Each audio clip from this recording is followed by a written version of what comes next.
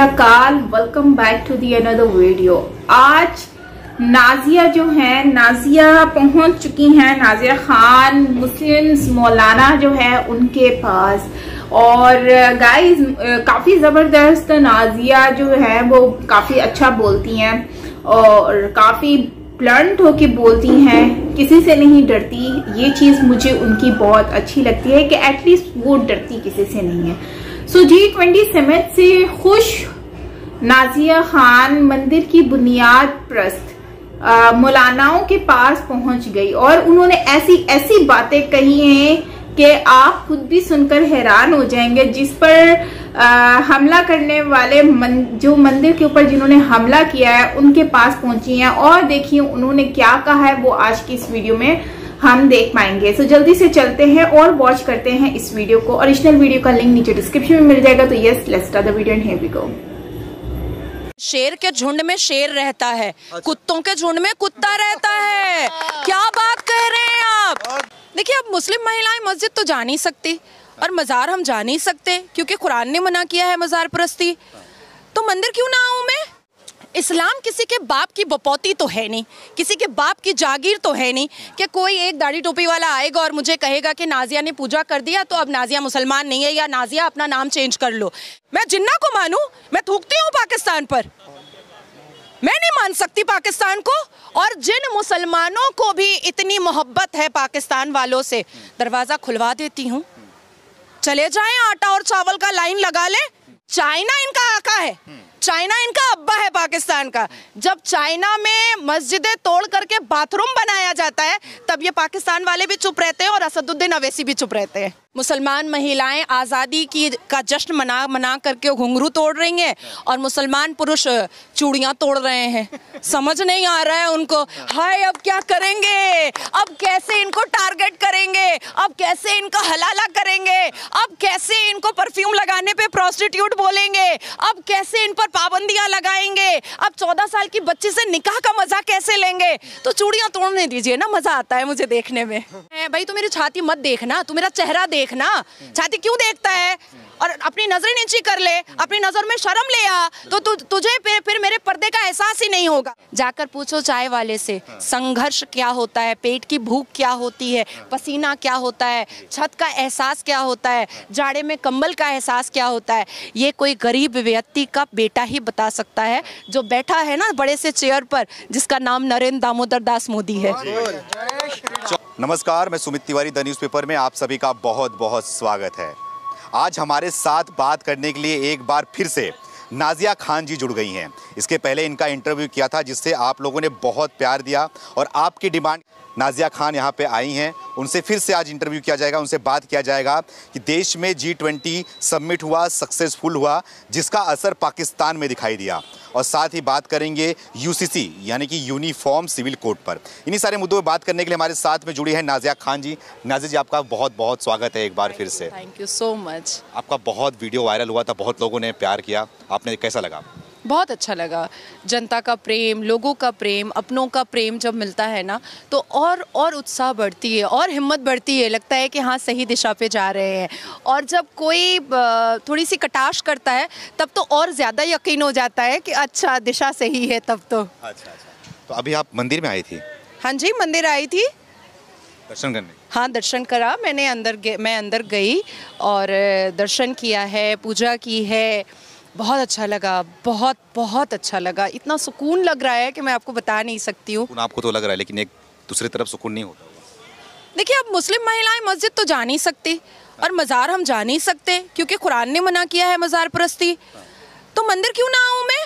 और मैं तो अल्लाह और भगवान के बीच में कोई डिफरेंसेस पैदा ही नहीं करती।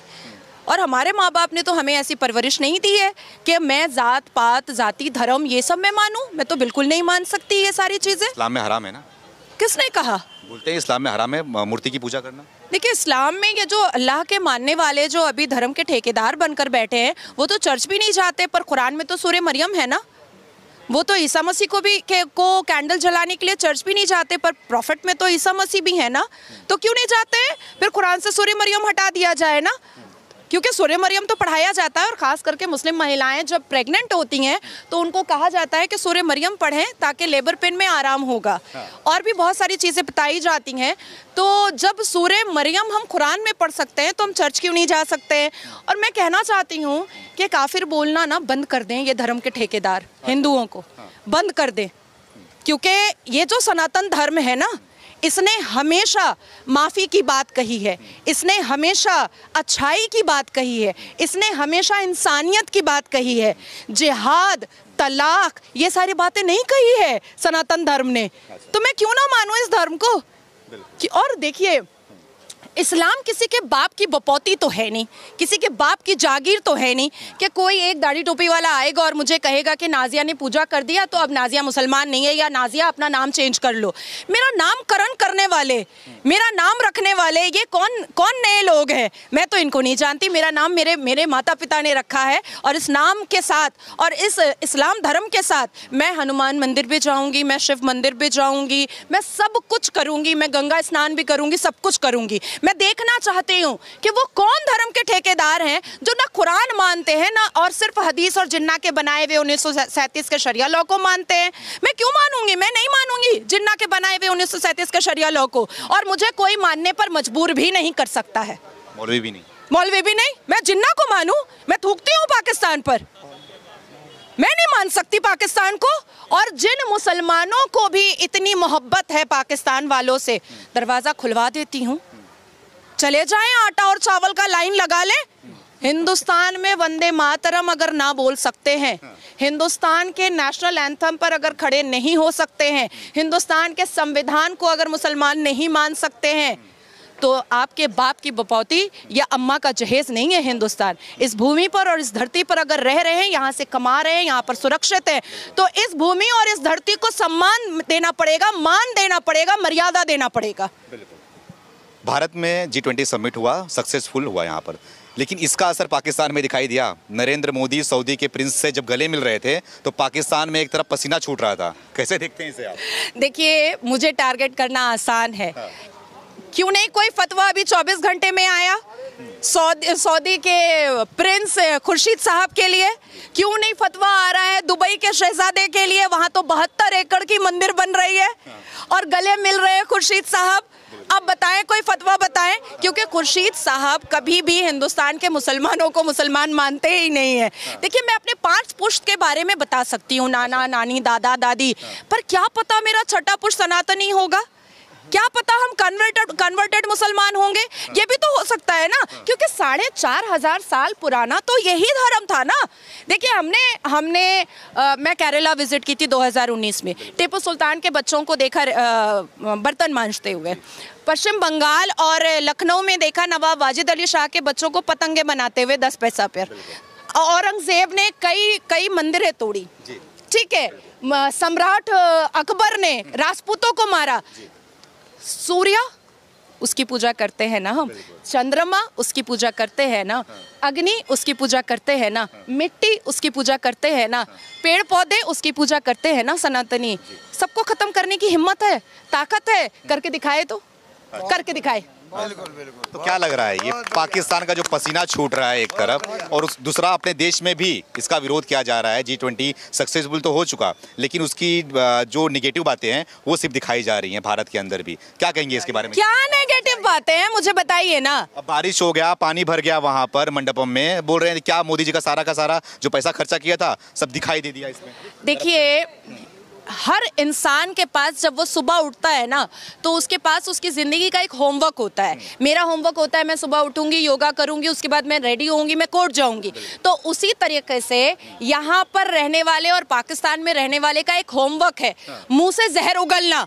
तो वो उगलते हैं, हमें उसके ऊपर सोचना है, या हमें हमारे तिरंगे झंडे को चंद्रयान पर देखना है, चांद पर देखना है, सूर्य पे देखना है, ये देखना है। देखिए, भारत मंडपम में और G20 में जो तरक्की हम लोगों को मिली है, इस पूरे दुनिया के कैमरा के लेंसेज और सारी मीडिया इस दिल्ली में मौजूद थी, इस दिल्ली में मौजूद थी, इसके बारे में वो बात नहीं कर पाएंगे ना, क्योंकि यही जो खुराफात का चूरन वो देते रहते हैं, यही जो जहर उगलना है, ये आज से थोड़ी चल रहा है, ये तो आपका 1500 साल से चल रहा है। अच्छा, 1500 साल से चल रहा है। पाकिस्तान के लोग भी यही बोल रहे हैं ना कि हम भी परमाणु शक्ति हैं, हमें नहीं इनवाइट किया G20 में, बहुत गलत किया भारत ने, क्या कहेंगी फिर आप?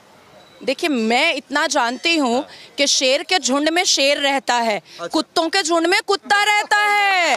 क्या बात कह रहे हैं आप? बहुत बढ़िया। और मैं पूछना चाह रही हूँ कि आप पाकिस्तान के बारे में बार बार मुझसे पूछ रहे हैं, हमसे लिया हुआ भीख के कटोरे में वो जमीन चला नहीं पा रहा है, लोगों को वहां पर फाका कशी करवा रहा है, भूख मरवा रहा है, वहां पर छोटी छोटी बच्चियों को निकाह मुत्ता के नाम पर कंधे पे उठा करके बलात्कार कर रहा है, नौकरियां नहीं दे पा रहा है, फ्रांस से लेकर के सारे देश उनके पासपोर्ट को फेंक रहे हैं, उनका आना जाना बंद करवा रहे हैं, बड़े आए मस्जिदों में बम लगाते हैं, वहां कहते हैं मस्जिद अल्लाह का घर है, तो भाई शियाओं की मस्जिद में बम क्यों लगाया? वहाबियों की मस्जिद में बम क्यों लगाया? अहमदियों की मस्जिद में बम क्यों लगाया? कुरान में कहा गया है कि फिरका परस्ती नहीं करनी है, सिर्फ एक कुरान को मानना है, तो ये होते कौन है फिरका परस्ती करने वाले? इन्होंने क्यों मस्जिदें तोड़ दी? अच्छा देखिए, इनकी पार्शियलिटी पाकिस्तान की, जब चाइना इनका आका है, चाइना इनका अब्बा है पाकिस्तान का, जब चाइना में मस्जिदें तोड़ करके बाथरूम बनाया जाता है, तब ये पाकिस्तान वाले भी चुप रहते हैं और असदुद्दीन अवैसी भी चुप रहते हैं। अच्छा, तो क्या लगता है आपको कि देश के अंदर फिर से विशेष सत्र बुलाया गया है मोदी जी के द्वारा, अब उसमें कहा जा रहा है कि यूनिफॉर्म सिविल कोड आने वाला है, उसके बाद से देश में कुछ लोगों की ना मतलब कि समझ जाओ अब हालत ख़राब होने वाली है, तो क्या लग रहा है देश को यूनिफॉर्म सिविल कोड की ज़रूरत है? मुसलमान महिलाएं आज़ादी का जश्न मना करके घुंघरू तोड़ रही हैं और मुसलमान पुरुष चूड़ियां तोड़ रहे हैं, समझ नहीं आ रहा है उनको। हाय, अब क्या करेंगे? अब कैसे इनको टारगेट करेंगे? अब कैसे इनको हलाला करेंगे? अब कैसे इनको परफ्यूम लगाने पे प्रोस्टिट्यूट बोलेंगे? अब कैसे इन पर पाबंदियां लगाएंगे? अब 14 साल की बच्ची से निकाह का मजा कैसे लेंगे? तो चूड़ियां तोड़ने दीजिए ना, मजा आता है मुझे देखने में। क्यों तकलीफ क्यों हो रही है? यूनिफॉर्म सिविल कोड अगर आ रहा है, देश एक देश है, एक कानून होना चाहिए, तो तकलीफ किस बात की? ये बोलते हैं कि हमारे शरीयत के खिलाफ है, हम इस्लाम के जो शरीयत हमारा बोलता है उसे मानेंगे, हम नए कानून को नहीं मानेंगे। देखिए, मैं तो अल्लाह को मानूंगी, मुल्ला को नहीं मानूंगी, बात तो क्लियर है भैया। मतलब क्या? मैं मुल्ला को क्यों मानूं भाई? मैं अल्लाह की मानने वाली हूँ ना, मैं कुरान की। अच्छा, सही में? फिर मज़ारे तोड़े? ये मज़ारे जो हैं वो तो कुरान ने मना किया है, मैं क्यों मानूंगी इनको? मैं इनको नहीं मानूंगी। ये जो मानना पड़ेगा, इस्लाम को अगर आप फॉलो कर रही हैं तो क्यों नहीं मानेंगे मुल्ला को आप? देखती हूँ किसके बाप में कितनी ताकत है कि मुझे मनवा के दिखा दे। 32 साल की उम्र तक तो मनवा नहीं पाए, अब कैसे मनवाएंगे वो भी मैं देख लेती हूँ। और वैसे भी 56 इंच के सीना मोदी जी की सरकार है, अब ताकत है तो दिखाए आकर के यहाँ पर सामने में। फतवा जारी हो जाएगा आपके खिलाफ? हो जाए। मेरे घर में नमाज पढ़ने से किसके बाप की ताकत है मुझे रोकने के लिए? मैं घर के अंदर रोजा रखूंगी, किसके बाप की ताकत है मुझे रोक देने के लिए? मैं घर के अंदर तहज्जुद की नमाज पढ़ूंगी, किसके बाप की ताकत है मुझे रोकने के लिए? मैं अपने घर के अंदर शुक्राने की नमाज पढ़ूंगी, मोदी जी जब दोबारा फिर से ओथ लेंगे तो उसके किसके बाप की ताकत है मुझे रोकने के लिए? और देखिए, डिस्क्रिमिनेशन पहले कभी हुआ करता था इस देश में। जब नए पार्लियामेंट का निर्माण हो रहा था ना, तो सूर्य रहमान की तिलावत हुई थी और सेम श्रद्धा और विश्वास के साथ हमारे भारत के प्रधानमंत्री श्री नरेंद्र दामोदर दास मोदी जी ने आंखें बंद करके सूर्य रहमान की तिलावत भी सुनी थी। मैं नहीं, ये सारी डिस्क्रिमिनेशन को बंद करना चाहिए, इमीडिएट बंद करना चाहिए। यूसीसी का मैं स्वागत करती हूँ, देश के 67.2% मुसलमान महिलाओं ने वोट किया है, वो स्वागत करती हैं। हम वेलकम यूसीसी कह रहे हैं। क्या फायदा होगा उनको इससे? हमारी बेड़ियां खत्म हो जाएंगी, टूट जाएंगी, हम आजाद हो जाएंगे, हम बिस्तर का खिलौना नहीं बनेंगे, हमें कोई सेक्सुअली यूज नहीं कर पाएगा, हमें कोई बच्चा पैदा करने की मशीन नहीं बना पाएगा। हमें आज़ादी मिलेगी 1500 साल के बाद। अब तक तो इस्लाम को बचाया मुसलमान औरतों ने है, अब बारी आई है कि मुसलमान मर्द बचाएं। और इनके पेट में दर्द क्यों हो रहा है? क्योंकि इनको नौकरियों की लाइन लगानी पड़ेगी, अब पढ़ना पड़ेगा, क्वालिफिकेशन हासिल करनी पड़ेगी। तब से मोदी जी तो दे ही रहे थे हिंट कि एक हाथ में कुरान ले लो, दूसरे हाथ में कंप्यूटर ले लो। तो क्यों नहीं लिया था कंप्यूटर? तो क्या है दूसरे हाथ में? दूसरे हाथ में फितरा और ज़कात है ना सबके। रमजान आने की खुशी से ज्यादा ज़कात लेने की खुशी में पड़ जाते हैं। अच्छा, लेकिन लोग ये भी बोलते हैं ना आपके बारे में कि जो औरत मतलब कि जो इस्लाम को मानता है, इस्लाम में है, वो इस्लाम के प्रति ईमानदार नहीं है, तो लोगों के प्रति कैसे ईमानदार हो सकता है? तो सवाल उठता है आपको ये भी? देखिए, मेरे लिए सवाल उठता है तो ये सवाल तो मैं उन पर भी उठा रही हूँ ना कि कुरान में बहुत सारी चीज़ों की ममानियत है, मना किया गया है, गुनाह बोला गया है, तो क्यों नहीं कर रहे हैं? सिर्फ 4 शादी करेंगे, बच्चे अल्लाह की देन है, बच्चे पैदा करेंगे, हम 72 वर्जिन हूरे लेंगे, सिर्फ यहीं पर इस्लाम है भैया।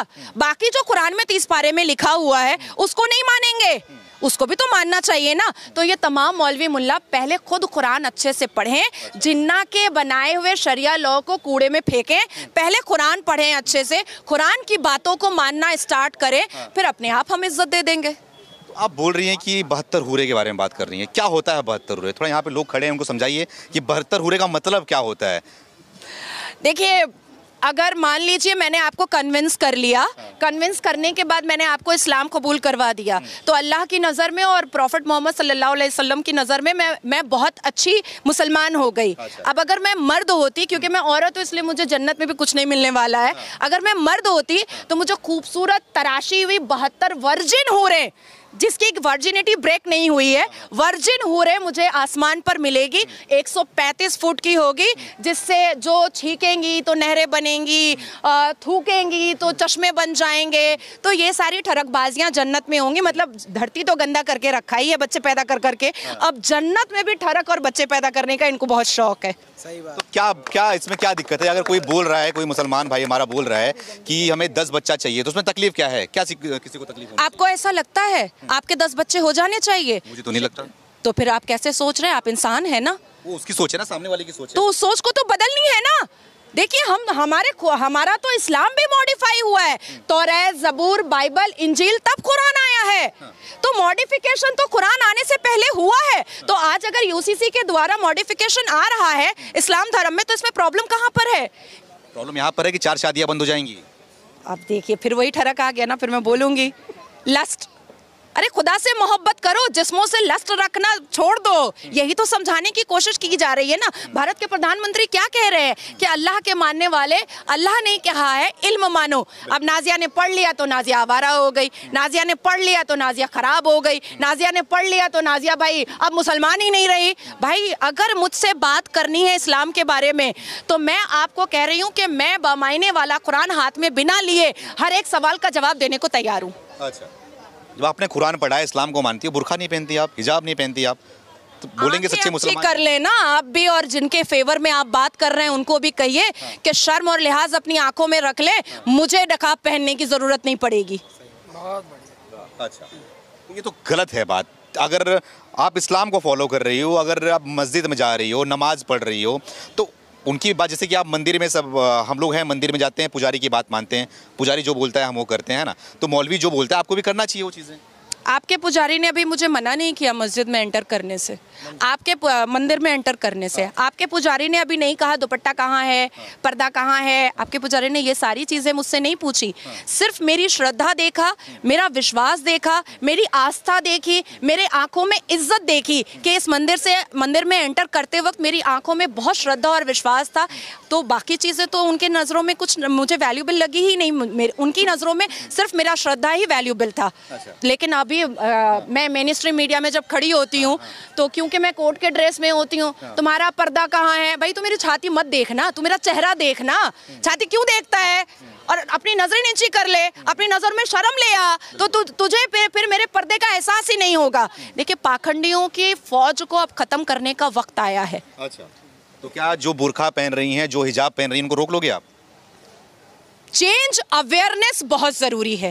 चेंज और अवेयरनेस लाने की पूरी कोशिश नाजिया इलाही खान करेगी और आखिरी सांस तक करेगी। अच्छा। मैं पूछना चाहती हूँ कि जब आदम को जन्नत से धरती पर फेंका गया था, तो क्या हव्वा ने नकाब पहना हुआ था?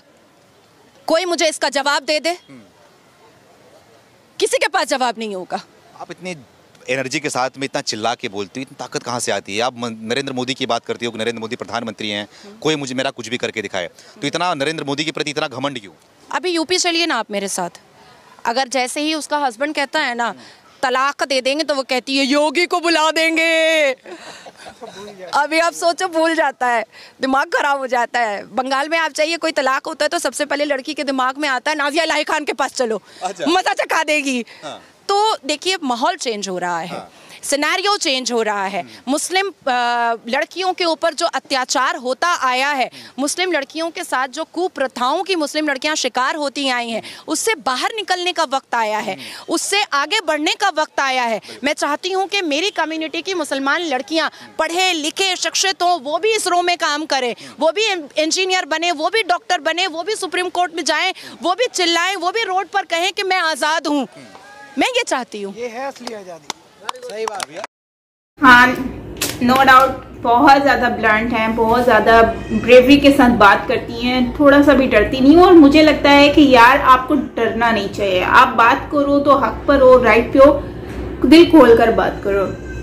और दूसरा, हर इंसान को राइट है कि वो किस तरह से अपनी लाइफ को चलाना चाहता है, तो उस तरह से वो उस लाइफ को चला सकता है। तो इसमें ये नहीं है कि आपने इस्लाम को नहीं फॉलो करना, आपने हिंदुइज्म को फॉलो नहीं करना। It's all up to the person, ठीक है, वो जो चाहता है वो करे। जबरदस्ती तो कोई किसी पे रोकथाम कर नहीं सकता और करनी भी नहीं चाहिए। लोग जो करते हैं वो बहुत गलत करते हैं। और उसी के साथ अगर हम बात कर लें, जो इन्होंने काफी चीजों पे रोशनी डाली है, जैसे कि पाकिस्तान में लेडीज लोग जो हैं, इंडियन यकीनन सपोर्ट करते होंगे पाकिस्तान को, काफी जो वहाँ के मुस्लिम्स लोग हैं, तो ये उनके लिए एक डायरेक्टली मैसेज है कि भाई अगर तुम भारत में खुश नहीं हो, पाकिस्तान जाना चाहते हो, तो आपके लिए दरवाजे खोल देते हैं और जाके वहां पर आटा वगैरह की लाइनें लगा लो आप भी, जैसे और लोग लगे हुए। और ये बात सच है कि यहाँ पे जो महंगाई है उसमें आप आकर यहाँ पे लाइनें ही लगाओगे, क्योंकि जो महंगाई में यहाँ की आवाम चक्की में पिस रही है। ठीक है, आप बिल इतने महंगे हैं, हर चीज इतनी महंगी है। जहाँ पे पाकिस्तान में 200 यूनिट जो है वो आपको 8-9 हजार के मिल रहे हैं, तो वहीं पर इंडिया में 2000 के मिल रहे हैं, तो काफी डिफरेंस है यार। और वहीं पे अगर आप सब्जी देखें तो आपको 200 रुपए में आपको पूरा हफ्ता भर की सब्जी मिल जाती है, और हमें यहाँ पर 200 रुपए में एक दिन की सब्जी मिलती है। तो महंगाई है यहाँ पर, और उस महंगाई को हम नेग्लेक्ट नहीं कर सकते, इग्नोर नहीं कर सकते। और दूसरी बात यह है कि मंदिर में शाहरुख खान भी जाते हैं और उनके घर में बच्चों को इस्लाम के बारे में भी बताया जाता है, और मंदिर में भी वो जाते हैं और उनके घर में मूर्ति भी रखी हुई है। मतलब वो बराबर लेकर सब कुछ चलते हैं, उनका बिलीफ है। तो मैं समझती हूँ कि जब शाहरुख खान जैसे लोग कर सकते हैं, तो वाई नॉट नाजिया खान। नाजिया खान भी अगर चाहती है, उनको अच्छा लगता है, तो वो कर सकती है, इसमें क्या है। और लोग असल में प्रॉब्लम यह है कि वो अपने घरों को नहीं देखते, वो अपनी गिरबान में नहीं देखते कि एक्चुअली वो खुद क्या कर रहे हैं, लेकिन आपको बाहर के लोगों को पॉइंट आउट करना है और उन पे एलिगेशंस भी लगाने हैं।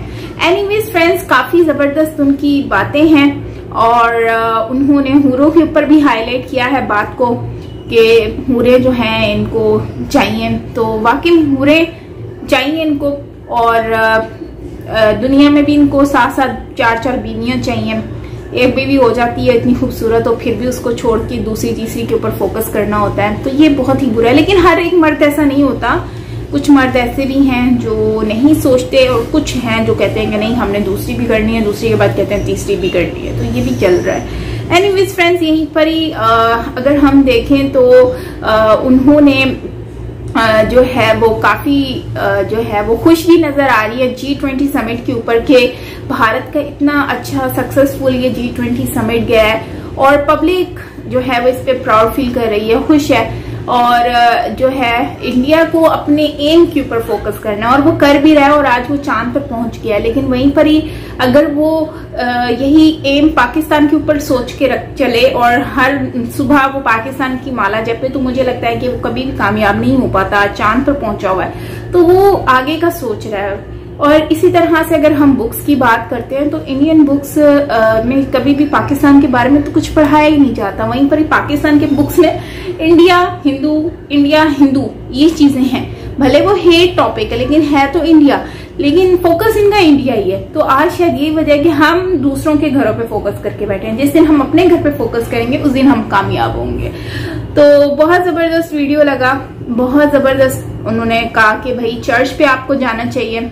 मरियम सूरह मरियम है, उसको इतनी फजीलियत हासिल है लोग उसकी बहुत ज़्यादा उसके बारे में बोलते हैं कि पढ़नी चाहिए, लेकिन फिर आप उसी में भेदभाव भी करते हो कि आपने चर्च नहीं जाना है। हालांकि हम यही कहते हैं कि हमारे वो अहले सुन्नत है ना, हम जो है वो उनके साथ बैठ के खा सकते हैं, हम उनके साथ बैठ सकते हैं, उनके साथ शादी भी हो सकती है, लेकिन फिर जब चर्च जाने की बात आती है तो वहाँ पर कहते हैं कि नहीं जाना। तो भाई फिर जब आपकी इतनी सारी चीज़ें सेम टू सेम है और फिर उसके बावजूद आप कह रहे हो कि आपको नहीं जाना, तो इतना डिफरेंस, बहुत सारा डिफरेंस है।